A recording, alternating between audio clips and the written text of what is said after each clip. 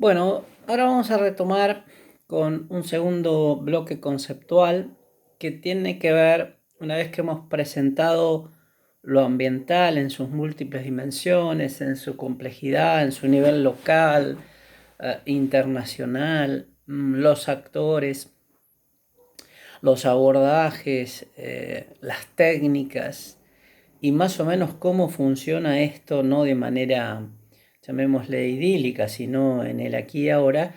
Es como este objeto nuevo de nuestro estudio, que son los bienes de la naturaleza, los ecosistemas y la interacción con el hombre, eh, empiezan a tomar vida en lo que es nuestra cotidianidad jurídica, sea en el ejercicio de la profesión, sea en la magistratura, sea en el nivel del dictamen jurídico o de la consultoría ambiental.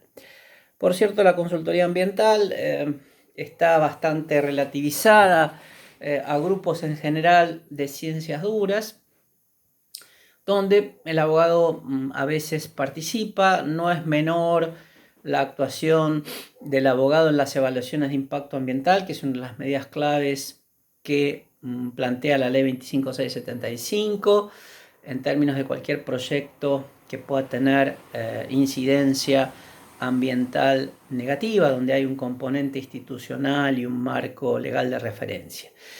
Dicho esto, entonces vamos a tratar de ir bajando a nuestro terreno para así vemos cómo esa realidad compleja la trasladamos a nuestro escenario cotidiano, a nuestra área de confort, pero con esta advertencia que yo les hacía. Si no cambiamos el paradigma de cómo vemos los temas, realmente yo creo que va a ser difícil que abordemos con éxito alguna perspectiva de solución que no sea un sistema mecanicista de decir, bueno, invoco tal o cual norma. Quien haga eso sin un desarrollo y se limite un poco a derecho aplicable, sin explicar cómo se construye las distintas causalidades, seguramente en un planteo ambiental, sea con sentido preventivo, desde el ejercicio de la profesión, sea en la explicitación de la demanda, sea desde el sector público, asistiendo al organismo en el cual revistamos, va a adolecer de algunos defectos importantes, o no va a tener, mejor dicho, la utilidad que le pretendemos asignar. Por lo tanto, entonces, veamos primero lo que yo llamaba geometría jurídica, que titulé Comprendiendo al Derecho. Y en realidad esto es bastante importante. Yo recuerdo una vez en un curso de Corrientes un colega dijo, me pareció que esos dibujitos que usted presentaba era algo poco serio, dice, pero realmente me lo dijo cuando terminó la clase, me parecieron algunas reflexiones pertinentes. Entonces, normalmente uno lo que hace es, bueno, ¿cómo asocian ustedes el triángulo, que es la primera imagen? Todo el mundo dice la pirámide kelseniana, lo cual es absolutamente exacto y tiene que ver con una lógica y una construcción de la Constitución Nacional, donde tenemos la Constitución, los tratados que ahora están con rango constitucional, donde nosotros hemos firmado muchos tratados y de alguna manera estas cuestiones tienen absoluta vigencia en el derecho interno. Luego allí hay una cita de un fallo reciente de la Comisión Interamericana de Derechos Humanos con un fuerte contenido ambiental por un tema de bosque, sobre lo cual vamos a volver.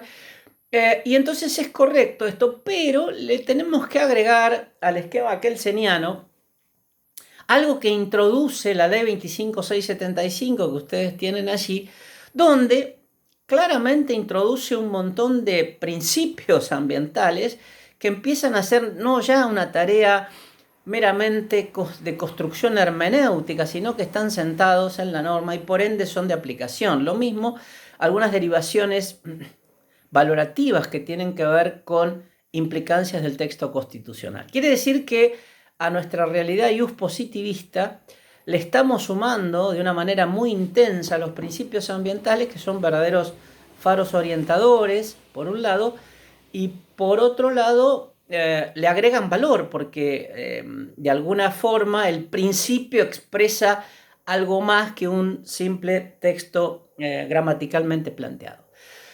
El triángulo invertido es en realidad otra regla que es sumamente importante, que es a la hora de la hermenéutica, donde en materia ambiental nosotros tenemos la aplicación del principio de lo general o lo especial, y esto se da no solamente por esta lógica de constitución, tratados, leyes de presupuestos mínimos, porque esta es una categoría que la Constitución ha incorporado, donde hay un paquete que está informado en las filminas posteriores. Y entonces esta idea de las distintas normativas, y además de la de presupuestos mínimos, tenemos en cada provincia, titular de sus recursos y con la autonomía que tienen las provincias, el dictado de sus propias normas, más aquellas que establecen los municipios, con distintos rangos, porque la provincia de Buenos Aires, los municipios en realidad no tienen autonomía, porque son las normas provinciales, prácticamente hay una esfera muy limitada que la ley orgánica les permite normativizar, y entonces tenemos, insisto, tratados, constitución, leyes de presupuestos mínimos, otras normas, leyes provinciales, por supuesto en ambas variantes sus decretos y resoluciones dictados por las administraciones activas o los titulares de los ejecutivos, o ministerios o organismos que hagan las veces, como en Corrientes el Instituto Correntino del Agua y el Ambiente. Y entonces tenemos una suerte de decantación y de aplicación de especialidad normativa en materia ambiental, con un dato importante, que no es solamente de jerarquías, sino que es por la complementariedad normativa y por el juego de las leyes de presupuestos mínimos. Esas leyes fijan una base,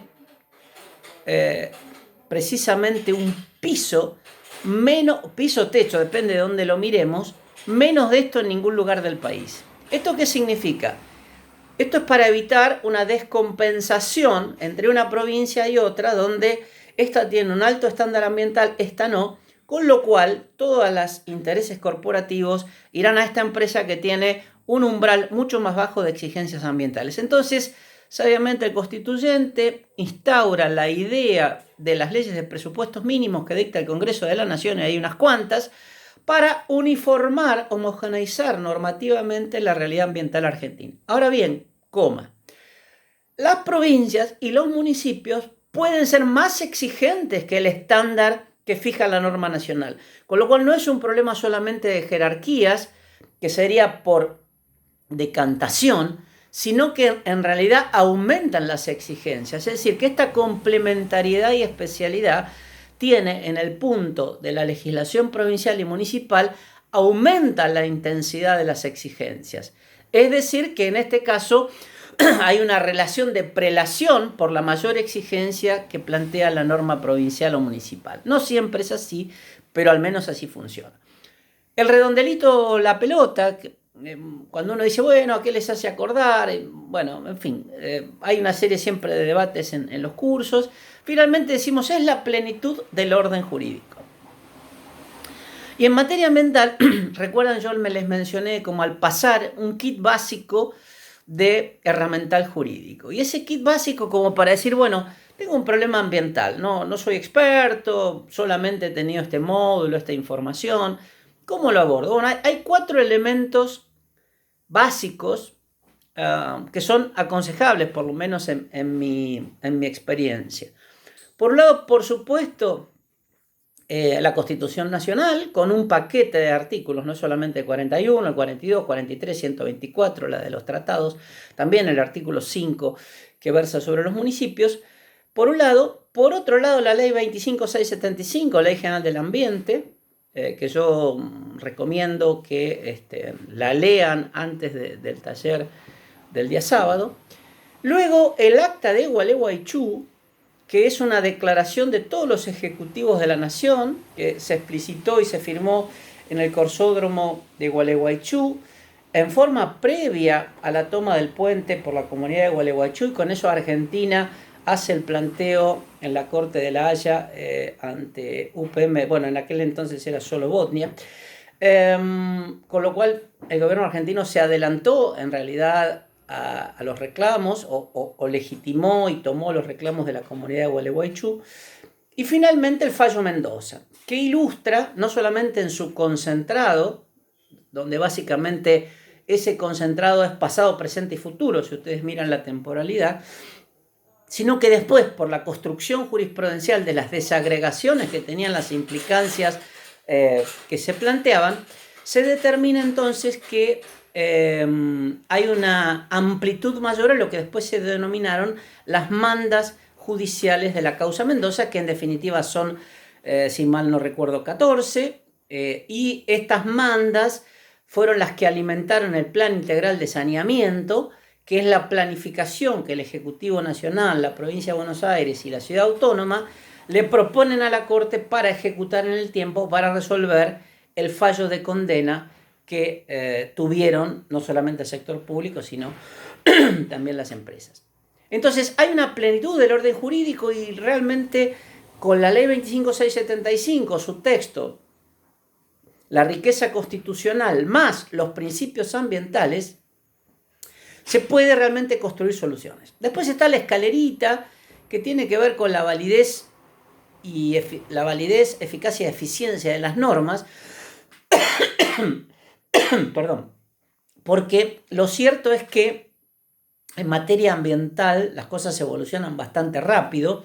Y un ejemplo de ello es que muchos municipios, por lo menos en la provincia de Buenos Aires, digo de manera simbólica para reflejar esta idea de escalera, tienen en sus escudos institucionales que representan la síntesis del valor de la comunidad y de su ideario, chimeneas humeantes. Eso antes era motivo de orgullo, un intendente decía, las chimeneas humeantes, el trabajo de nuestros obreros y vecinos. Bueno, ahora alguien le dice, perdón, usted está generando emisiones de carbono, por lo tanto pienso clausurar su fábrica porque los estándares superan los niveles permitidos de emisiones en el recurso o el bien natural aire. Entonces, esta es una cuestión. Y por otro lado, lo que tiene que ver con una especie de ¿cómo diríamos?, cubitos acumulados, es la idea de un camino crítico. Es cómo voy para un lado buscando soluciones. Voy por acá, no, opción, puedo seguir. Y en este tema, cuando nosotros desarrollamos la construcción hermenéutica, esta idea de camino crítico, de construcción de la solución jurídica utilizando con creatividad e innovación y no con un sistema de automaticidad de cita del artículo, comillas, y lo aplico, sino de construcción de distintos elementos, nutrimos una solución jurídica. Quiere decir que el intérprete aquí tiene mucho trabajo por realizar.